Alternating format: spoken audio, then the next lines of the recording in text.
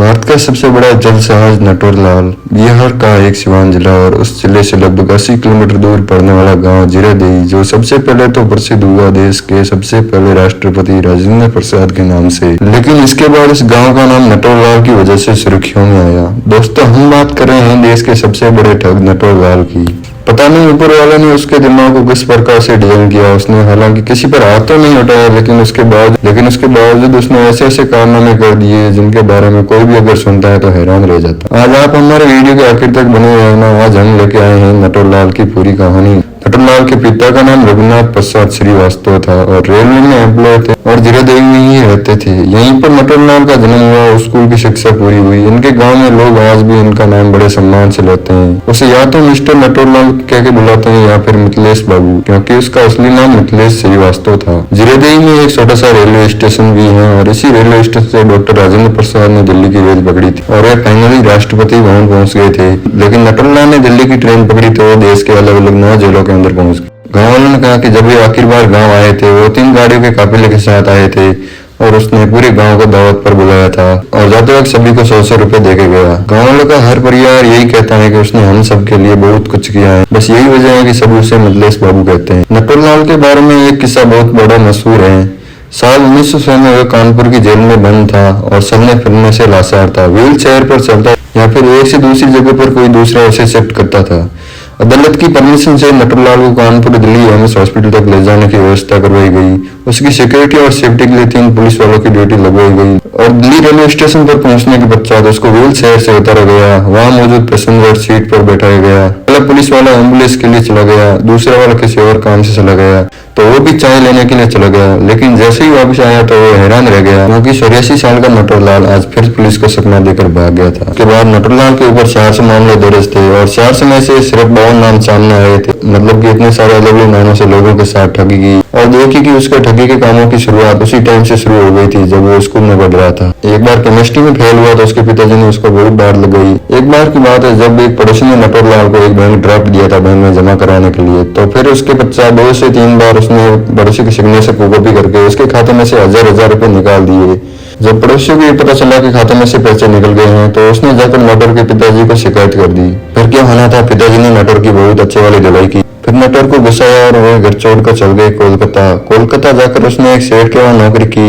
सेठ के बेटे की ट्यूशन लिया करता था, साथ में वकालत की पढ़ाई भी करता था।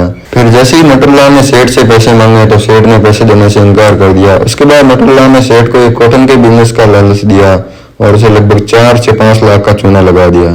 फिर वहां से भी रफू चक्कर हो गया। ऊपर वाले ने जो नटवरलाल को नेचुरल टैलेंट दिया उसे अपनी ठगी के काम में कन्वर्ट करके अच्छी तरह से इस्तेमाल किया। साथ ही नाम सिग्नेचर बदलने के साथ साथ अपने भेष बदलने में भी माहिर था और इसके अलावा उसने चेक और डिमांड के जरिए लोगों से पैसे हटे।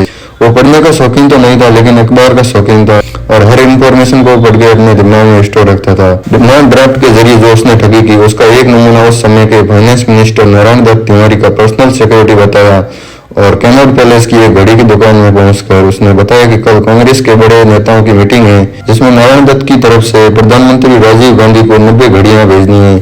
दूसरे दिन वो शॉप पर गया और दुकानदार को ड्राफ्ट दे दिया और घड़ियां लेकर रफू चक्कर हो गया। दुकानदार को 2 दिन बाद में पता चला कि जो उसे ड्राफ्ट मिला है वो नकली है। फिर एक बार की बात है कि नटवरलाल जेल में था। उस टाइम उसकी पत्नी उसे खत लिखा करती थी। नटवरलाल उन खत में कोई भी जवाब नहीं देता था। इसी प्रकार 7 से 8 खत आए और उसने अभी तक किसी का जवाब नहीं दिया। साहब एक बार खुद खत लेकर आए, नटवरलाल को बोला कि तुम्हारी पत्नी इतने सारे खत भेजती है लेकिन तुम एक का भी जवाब नहीं देते, ऐसा क्यों? तो उसने सोचा पत्नी को भी एक जवाब दे ही देना चाहिए। उस आए हुए खत में पैसों की कमी और खेती बाड़ी के बारे में लिखा था कि खेत सूख रहे हैं, कोई खेत जोतने वाला उधर है नहीं। नटवरलाल अच्छे से जानता था कि जेल से अगर कोई खत आए या जाए तो उसे जेल प्रशासन वेरीफाई करके आगे भेजता है देता। नटवरलाल ने अपनी पत्नी को एक जवाब लिखा कि खेत में इस जगह पर काफी मात्रा में सोने के आभूषण और जेवर दबे हुए, तो उन्हें निकाल देना और उन्हें बेचकर अपना खेती बाड़ी का काम शुरू कर लेना। इस खत को जब जेल प्रशासन ने पढ़ा तो वो खत उसकी पत्नी के पास पहुंचने से पहले ही पुलिस वाले उसके खेत में पहुंच गए और जुताई करनी शुरू कर दी। पूरा खेत जोत कर रख दिया मगर उन्हें कुछ भी नहीं मिला। नटवरलाल की बीवी ने फिर जेलर साहब को एक खत लगा जिसके अंदर लिखा था कि शुक्रिया, जिसकी वजह से हमारे आज खेत में जुताई हुई है और अब फसल भी अच्छी होगी। हम आपको धन्यवाद देते हैं। उसने अपने जीवन में जितने भी ठगी के काम किए उनमें से एक बार शासन भवन को बेचना, राष्ट्रपति भवन को बेचना सभी शामिल। 2 बार लाल किले और 3 बार ताजमहल को भी बेच और ये सारी करतूतें उसने वाकई में लीगल दस्तावेज के जरिए की। इन प्रॉपर्टी के सारे कागजात फर्जी तौर पर तैयार हुए। उसने अपनी ठगी के पूरे के एरिया ने 400 लोगों को शिकार बनाया और लगभग 125 मुकदमे दर्ज हुए। उनमें से केवल 19 मुकदमों का फैसला हुआ और कोर्ट से करीबन 113 साल की सजा की सुनवाई हुई, लेकिन इसमें से नटवरलाल ने केवल 20 साल की ही सजा जेल में बिताई।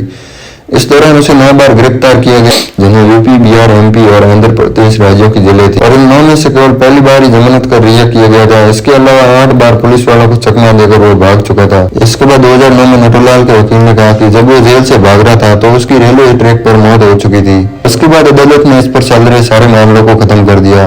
तो दोस्तों, कैसी लगी आपको हमारे नटवरलाल की कहानी? कमेंट में जरूर बताना, साथ ही वीडियो को लाइक करें और इसी प्रकार के अजूबों की कहानियां देखने के लिए हमारे चैनल साइलेंट एक्सीडेंट को सब्सक्राइब करें।